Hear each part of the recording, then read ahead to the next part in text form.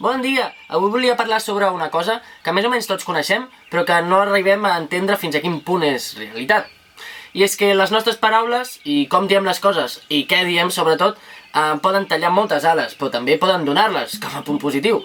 Això se li ha posat un nom, i és l'efecte Pigmalió, que és quan el nostre coco s'acaba creient allò que escolta mil i una vegades. Com a cosa positiva pot motivar-se molt si nosaltres li donem reforç positiu, però com a cosa negativa, si acaba escoltant mil vegades que no serviràs per res, acabaràs pensant que no serviràs per res, i serà la teva realitat. Com a aportació